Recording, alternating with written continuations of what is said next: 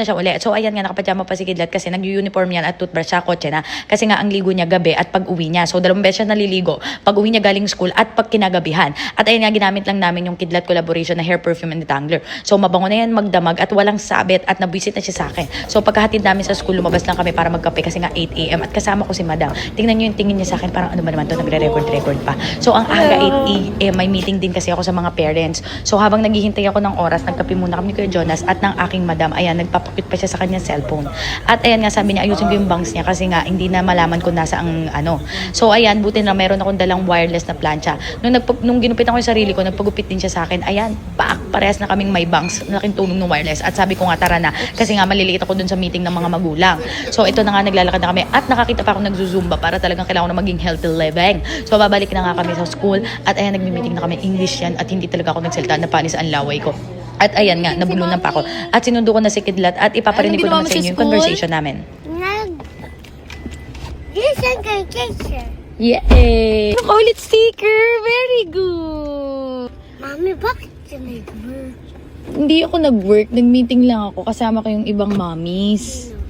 Yung ibang mommies ng mga ng mga iba't ibang batch. Nakipag-meeting ako para malaman ko yung mga activities mo ngayong August, September.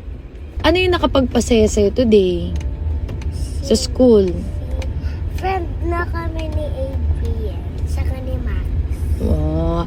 Ano naman, nakapagpasad sa'yo today? Si Nayel. Bakit? Ayaw na niya ako eh. Baka busy lang siya. Ako din, busy din ako dun eh. Tomorrow ko usapin mo na lang ulit si Nayeli. Okay?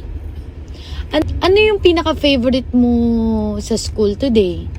Si Adrian and Max and Nayeli and Uno and Katrin and Lee and Katrin and Maya and ako. Okay. Na-miss mo si Daddy and Mommy? Sa Tokyo? Happy ka sa school? Ano natutunan mo sa school?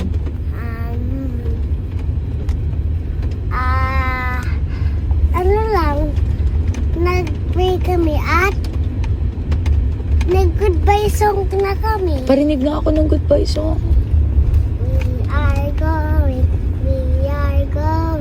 say goodbye, see you all tomorrow, God bless you, God bless you. Wow! Very good. Wow, napapasayaw pa sa bread niya. Wow! Wow! At ayan nga, bago kami umuwi, dumaan muna ako dito sa Belo para balance lang, di ba? Nanay ka, tapos nagpapaganda ka at nauna pa nga siya umakyat sa akin dahil nung unang punta niya dito, binigyan siya ng biskwit. Kaya talaga sobrang excited siya. At ayan nga, bago kami pumunta doon sa pinaka-facial ko, ay naglambing-lambing muna sa akin ng aking anak. At ayan na nga, andito na at talagang meron akong bodyguard. Bye, mga bibis!